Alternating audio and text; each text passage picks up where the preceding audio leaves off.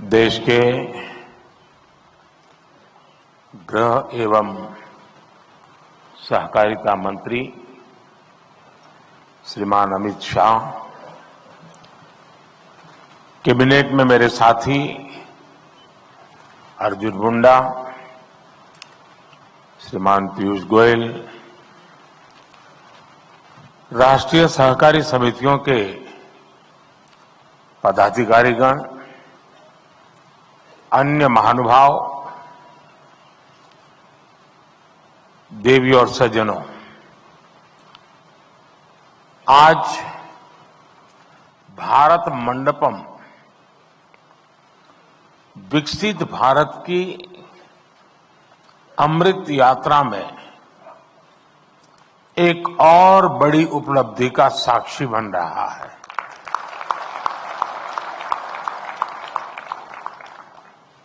सहकार से समृद्धि,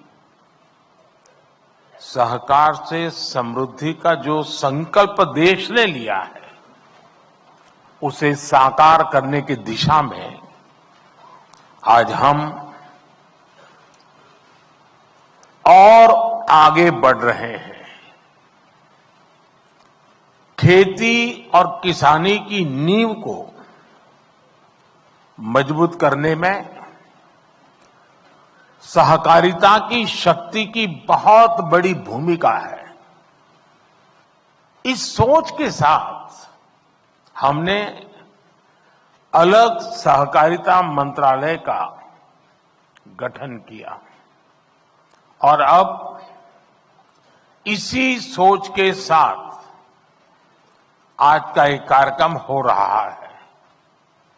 आज हमने अपने किसानों के लिए दुनिया की सबसे बड़ी स्टोरेज स्कीम या भंडारण स्कीम शुरू की है। इसके तहत देश के कोने कोने में हजारों वेयर हाउसेज बनाए जाएंगे, हजारों गोदाम बनाए जाएंगे। आज 18,000 पैक्स के कंप्यूटराइजेशन का बड़ा काम भी पूरा हुआ है।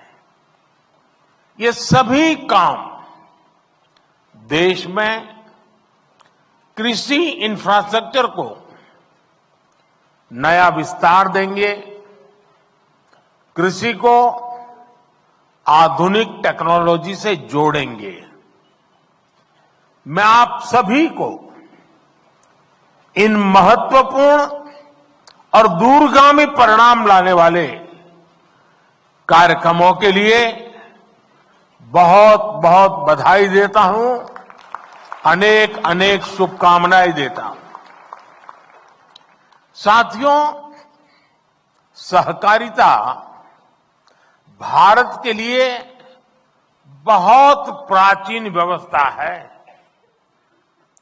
हमारे शास्त्रों में भी कहा गया है, अल्पानाम अपि वस्तूनाम, अल्पानाम अपि वस्तूनाम संहति ही कार्य साधिका।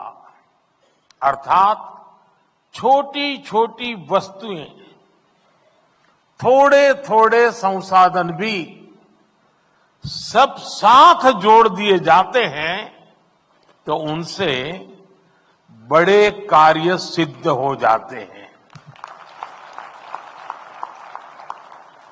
प्राचीन ग्राम अर्थव्यवस्था में सहकार की यही स्वतंत्र स्वतः स्फूर्त व्यवस्था काम करती रही है। सहकार ही हमारे आत्मनिर्भर समाज का आधार हुआ करती थी। सहकारिता केवल व्यवस्था नहीं है, सहकारिता एक भावना है, सहकारिता एक स्पिरिट है। सहकारिता की ये स्पिरिट कई बार व्यवस्थाओं और संसाधनों की सीमाओं से परे आश्चर्यजनक परिणाम देते हैं।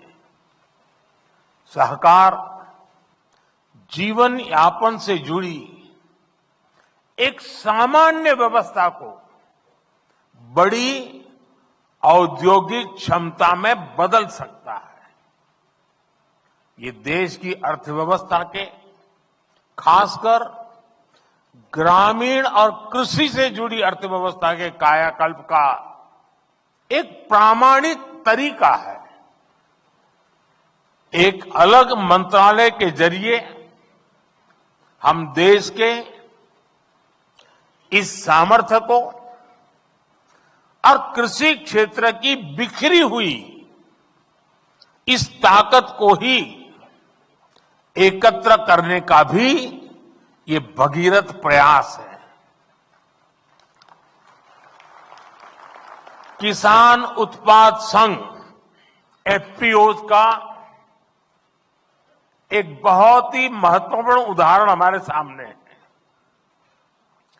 एफपीओ के माध्यम से आज गांव के छोटे किसान भी उद्यमी बन रहे हैं, अपने उत्पादों को विदेशों तक निर्यात कर रहे हैं। हमने देश में 10,000 एफपीओ बनाने का लक्ष्य रखा था। एक अलग सहकारिता मंत्रालय होने के उसका नतीजा ये है कि देश में 8,000 एफपीओ का गठन ऑलरेडी हो चुका है, कार्यरत हो चुके हैं। कई एफपीओ की सक्सेस स्टोरी की चर्चा आज देश के बाहर भी हो रही है। इसी तरह एक और संतोषजनक बदलाव ये आया है कि सहकारिता का लाभ अब पशुपालकों और मछली पालकों तक भी पहुंच रहा है। मछली पालन में आज 25,000 से ज्यादा सहकारी इकाइयां काम कर रही है। आने वाले 5 वर्षों में सरकार का लक्ष्य 2 लाख सहकारी समितियां बनाने का है और इनमें एक बड़ी संख्या फिशरीज सेक्टर की सहकारी समितियों की भी होने जा रही है। साथियों, सहकारिता की ताकत क्या होती है, गुजरात में मुख्यमंत्री के रूप में मैंने इस ताकत को अनुभव किया है। गुजरात में अमूल की सफलता की गाथा आज पूरी दुनिया जानती है। हम सब दुनिया भर के बाजार में पहुंच चुके लिज्जत पापड़ के बारे में भी जानते हैं। इन सभी आंदोलनों को मुख्य रूप से देश की महिलाओं ने ही लीड किया है। आज देश में भी डेयरी और कृषि में सहकार से किसान जुड़े हैं। उनमें करोड़ों की संख्या में महिलाएं ही हैं। महिलाओं के इसी सामर्थ्य को देखते हुए सरकार ने भी सहकार से जुड़ी नीतियों में उन्हें प्राथमिकता दी है। आप जानते हैं कि हाल में ही multi state cooperative society act में सुधार लाया गया है। इसके तहत मल्टी स्टेट कोऑपरेटिव सोसाइटी के बोर्ड में महिला डायरेक्टर्स होना अनिवार्य कर दिया गया है। हमारे देश में संसद में अगर नारी शक्ति वंदन अधिनियम पास होता है तो बहुत चर्चा होती है, लेकिन ये उतनी ही ताकत वाला बड़ा महत्वपूर्ण कानून हमने बनाया है, लेकिन बहुत कम लोग उसकी चर्चा करते हैं। साथियों, सहकारिता किसान की व्यक्तिगत समस्याओं का कैसे सामूहिक शक्ति से समाधान करती है, भंडारण भी इसका एक बड़ा उदाहरण है। हमारे यहां भंडारण से जुड़े इंफ्रास्ट्रक्चर के अभाव में किसानों को बहुत नुकसान उठाना पड़ता था। पिछली सरकारों ने कभी इस जरूरत पर उतना ध्यान ही नहीं दिया, लेकिन आज सहकारी समितियों के जरिए इस समस्या का हल किया जा रहा है। दुनिया की, ये अपने आप में बहुत बड़ी बात है, दुनिया की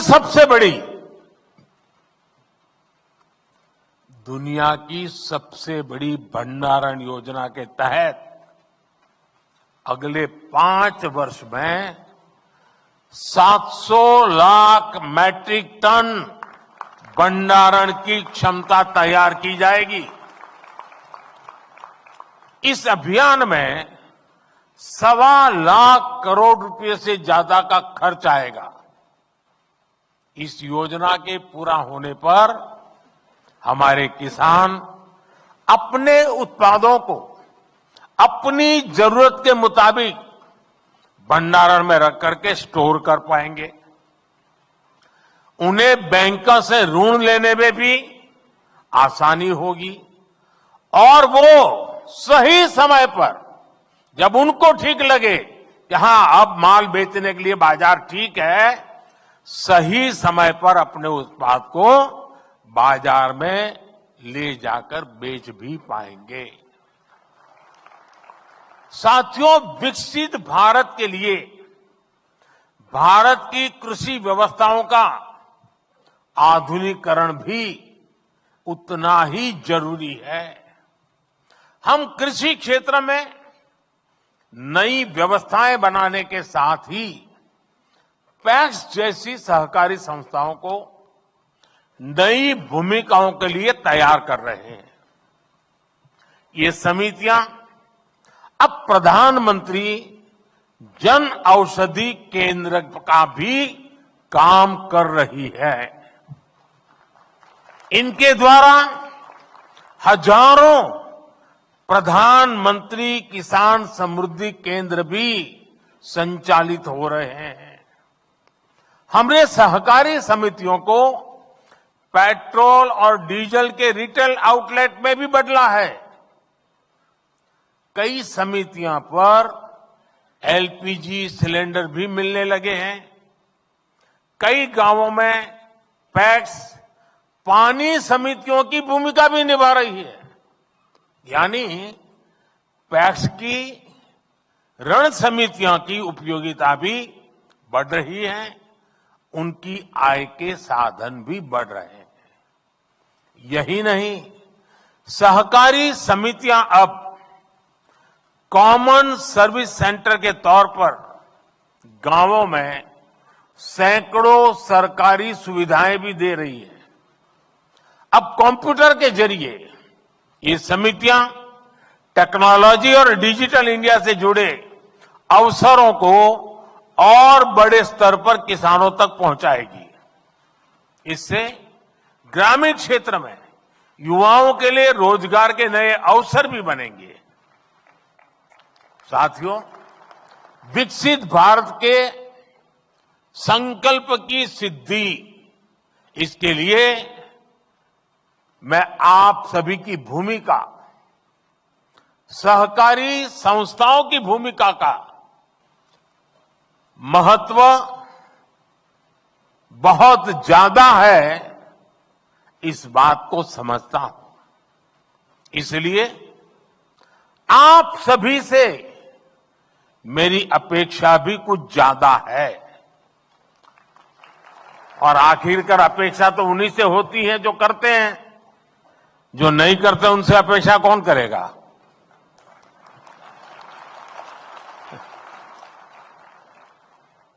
आत्मनिर्भर भारत के निर्माण में आप जितना ज्यादा और जितना ज्यादा सक्रिय योगदान बढ़ाएंगे, हम अपने लक्ष्यों को जल्दी प्राप्त कर पाएंगे।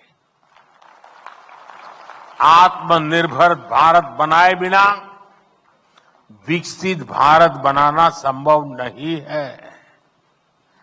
आपके सामर्थ्य, आपकी संगठन क्षमता को देखते हुए मेरे मन में बहुत सारे सुझाव आते रहते हैं।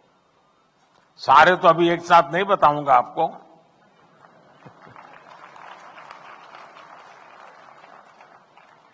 लेकिन कुछ मैं इशारा करना चाहता हूं।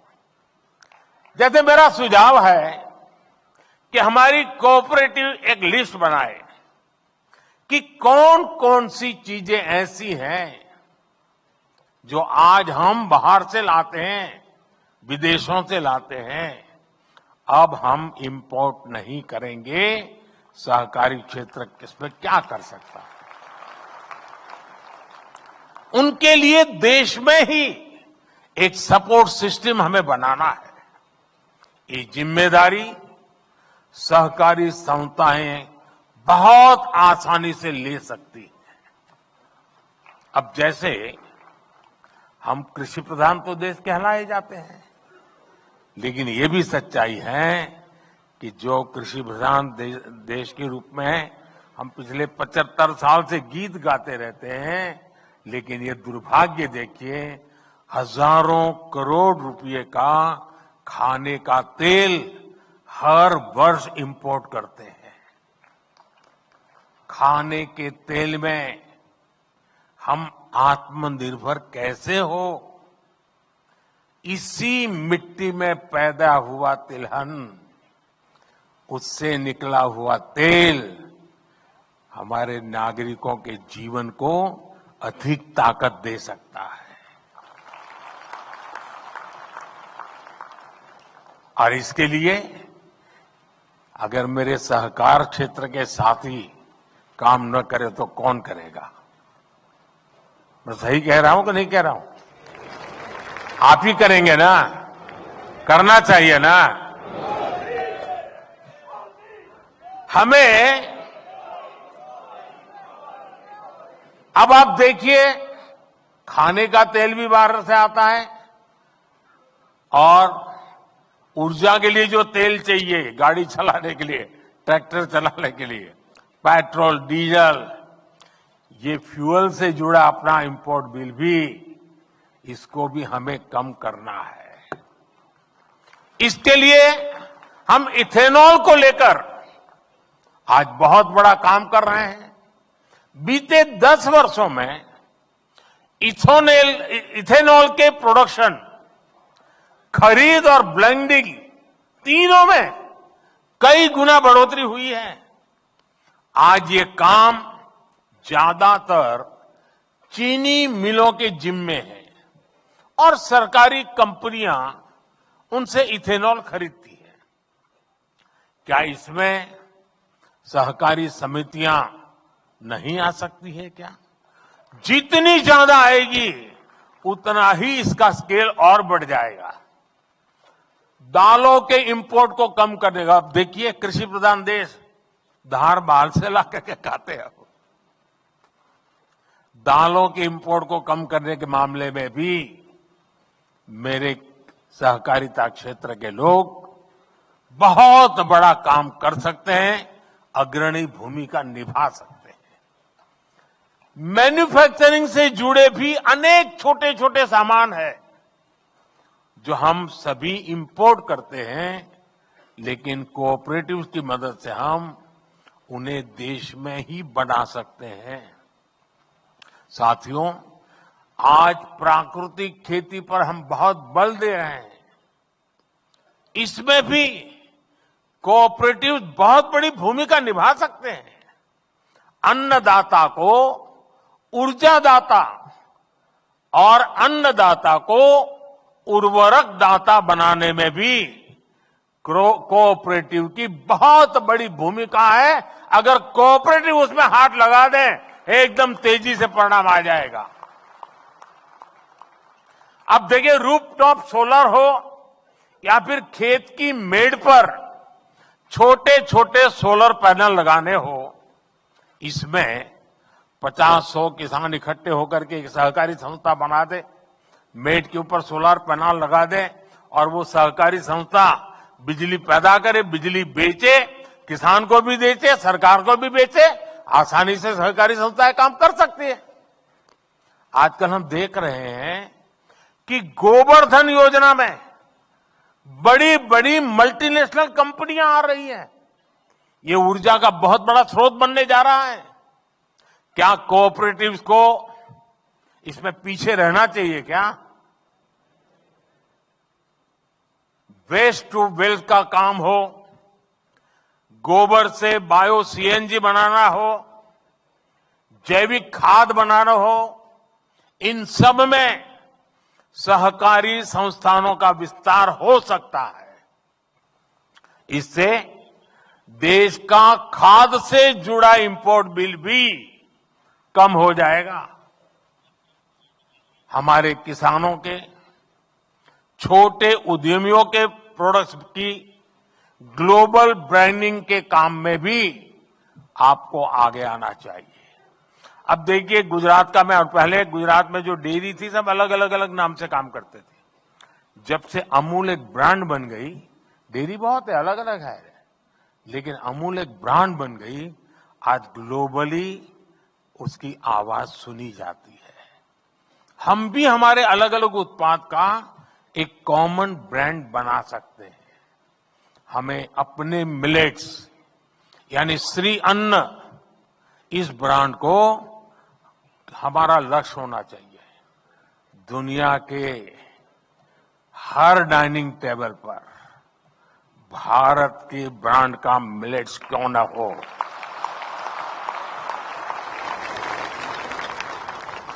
इसके लिए कोऑपरेटिव्स को एक व्यापक एक्शन प्लान बना करके आगे आना चाहिए।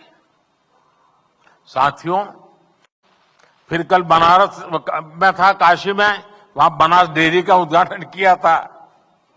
बनारस का अनुभव है कि वहां डेयरी सहकारिता का आने से बहनों की, पशुपालकों की आय एकदम तेजी से बढ़ रही है। सहकारिता बढ़ने से एक और क्षेत्र में प्रवेश हुआ है। मैंने गुजरात के सहकारिता क्षेत्र के लोगों से आग्रह किया था कि आप शहद की दुनिया में आइए। हमने श्वेत क्रांति की, अब हम स्वीट क्रांति करें। और शहद के क्षेत्र में हमारे लोग आगे आए। शहद सेक्टर को किसान आज कितना लाभ उठा रहा है, ये भी आप जानते हैं। पिछले 10 वर्षों में शहद उत्पादन 75,000 मैट्रिक टन से बढ़कर अब लगभग 1.5 लाख मैट्रिक टन पहुंच चुका है। शहद के एक्सपोर्ट में भी 28,000 मैट्रिक टन से 80,000 टन की वृद्धि हुई है। 80,000 मैट्रिक टन की। इसमें नाफेड और ट्राइफेड के साथ साथ राज्यों की कोऑपरेटिव संस्थाओं ने भी बड़ी भूमिका निभाई है। इस दायरे को हमें और अधिक बढ़ाना है। साथियों, गुजरात में हमने देखा है कि जब दूध का पैसा सीधा बहनों के खातों में जाना शुरू हुआ तो उसका एक सार्थक सामाजिक परिवर्तन आया।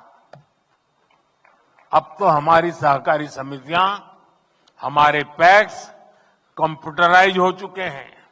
इसलिए अब यह सुनिश्चित होना चाहिए कि जो भी काम हो, जो भी पेमेंट्स हो, वो डिजिटली हो। विशेष रूप से कोऑपरेटिव बैंक्स को डिजिटल टेक्नोलॉजी को आत्मसात करने के लिए तेजी से काम करना चाहिए। एक और विषय सॉइल हेल्थ कार्ड का है। हमने मिट्टी की सेहत की जांच के लिए सॉइल टेस्टिंग का इतना बड़ा प्रोग्राम बनाया है। मेरा सहकारी संगठनों से पैक्स से आग्रह है कि आप सॉइल टेस्टिंग के छोटी छोटी लैब्स अपने इलाके में बनाइए और किसानों को आदत डालिए कि लगातार वो अपनी जमीन की सेहत देखता रहे, मिट्टी की सेहत देखता रहे। सॉइल टेस्टिंग का हम नेटवर्क बनाए। साथियों, सहकारिता में युवाओं और महिलाओं की भागीदारी कैसे बढ़े, इसको लेकर भी हमें अपने प्रयास बढ़ाने होंगे। और मैं तो सहकारी क्षेत्र में जहां पर किसान जुड़े हुए हैं, वे एक काम कर सकते हैं। साल में उनको कह सकते हैं कि आपको जो डिविडेंड वगैरह मिलता है, अब आपको मुफ्त में आपकी संस्था की तरफ से सॉइल टेस्टिंग करके दिया जाएगा। उनको सिखाया जाएगा कि भाई तुम सॉइल टेस्टिंग से अनुभव के आधार पर अपनी फसलों पर ध्यान केंद्रित करो। साथियों, इससे सहकारिता में नयापन आएगा, एक नई ऊर्जा आएगी। सहकारिता में स्किल डेवलपमेंट की, ट्रेनिंग की जागरूकता को बढ़ाना भी बहुत आवश्यक है। बहुत बदलाव हो चुका है जी, और सारी चीजें कागज पे होनी चाहिए। मुंह जुबानी बातें करने वाला जमाना चला गया, और इसके लिए ट्रेनिंग होना बहुत जरूरी है, और इसके लिए प्रयास होने चाहिए। पैक्स को, सहकारी समितियों को एक दूसरे से सीखना भी होगा। बहुत सी सहकारी संस्थाएं इनोवेटिव काम करती है, कई इनिशिएटिव लेते हैं। देश के कई इलाकों में इसका पता नहीं होता है। क्या हम बेस्ट प्रैक्टिसेस को शेयर करने के लिए कोई कॉमन पोर्टल बना सकते हैं और सब लोग अपने नए नए अनुभव, नए नए तरीके उस पर अपलोड करते जाएं? इन बेस्ट प्रैक्टिसेस को आगे कैसे बढ़ाया जाए, इसके लिए ऑनलाइन ट्रेनिंग की व्यवस्था हो, कोई मॉड्यूल बने। आप जानते हैं कि एस्पिरेशनल डिस्ट्रिक्ट प्रोग्राम, आकांक्षी जिलों का अभियान, उस प्रोग्राम में एक उसकी विशेषता है हेल्दी कंपटीशन, स्वस्थ स्पर्धा का रैंकिंग का एक सिस्टम बनाया हुआ है, और दिन में 10 बार उस रैंकिंग में ऊपर नीचे होता रहता है। हर अफसर सोचता है कि मेरा जिला आगे निकल जाए। क्या कोऑपरेटिव सेक्टर के अलग अलग वर्टिकल बनाए हम, एक एक प्रकार की कोऑपरेटिव का एक वर्टिकल, दूसरे प्रकार की कोऑपरेटिव का दूसरा वर्टिकल, और एक ऐसा मैकेनिज्म बनाए कि उसमें भी एक healthy competition round the clock चलती हो। सहकारी संगठनों में ये स्पर्धा हो, बेस्ट परफॉर्म करने वालों को इनाम की व्यवस्था हो, ऐसी सहकारी संस्थाओं से नई चीजें बाहर आए। एक बहुत बड़ा आंदोलन जिसको सरकार और सहकारी संस्थाएं मिल करके उसको एक नया रूप रंग दे सकते हैं। साथियों, एक बात सहकारी संस्थाओं के साथ एक क्वेश्चन मार्क लेकर के चलती रहती है। सहकारी संगठनों के चुनाव में पारदर्शिता लाना बहुत जरूरी है। इससे लोगों का भरोसा बढ़ेगा, अधिक से अधिक लोग जुड़ेंगे। साथियों, सहकारी समितियों को समृद्धि का आधार बनाने के लिए हमारी सरकार उनके सामने मौजूद रही चुनौतियों को भी कम कर रही है। आपको याद होगा, हमारे यहां कंपनियों पर सेस लगाता था, लेकिन सहकारी समितियों को ज्यादा सेस देना होता था। हमने 1 करोड़ से 10 करोड़ रुपए तक की आय वाली सहकारी समितियों पर लगने वाले सेस को 12% से घटाकर 7% कर दिया। इससे समितियों के पास काम करने के लिए पूंजी भी बढ़ रही है, उनके लिए एक कंपनी की तरह आगे बढ़ने के रास्ते भी खुले हैं। सहकारी समितियां और कंपनियों के बीच वैकल्पिक टैक्स भी पहले भेदभाव था। हमने समितियों के लिए न्यूनतम वैकल्पिक टैक्स को 18.5% से घटाकर 15% कर दिया और कॉरपोरेट वर्ल्ड से हमने उसको बराबर ला करके खड़ा कर दिया। एक परेशानी ये भी थी कि सहकारी समितियों को 1 करोड़ से ज्यादा की निकासी पर टीडीएस देना पड़ता था। हमने निकासी की ये सीमा भी बढ़ाकर सालाना 3 करोड़ रुपए कर दी है। इस फायदे का इस्तेमाल अब सदस्यों के हित में हो सकेगा। मुझे विश्वास है सहकार की दिशा में हमारे ये साझा प्रयास देश के सामूहिक सामर्थ्य के विकास की सभी संभावनाओं को खोलेंगे। इसी कामना के साथ आप सभी का मैं बहुत बहुत धन्यवाद करता हूं।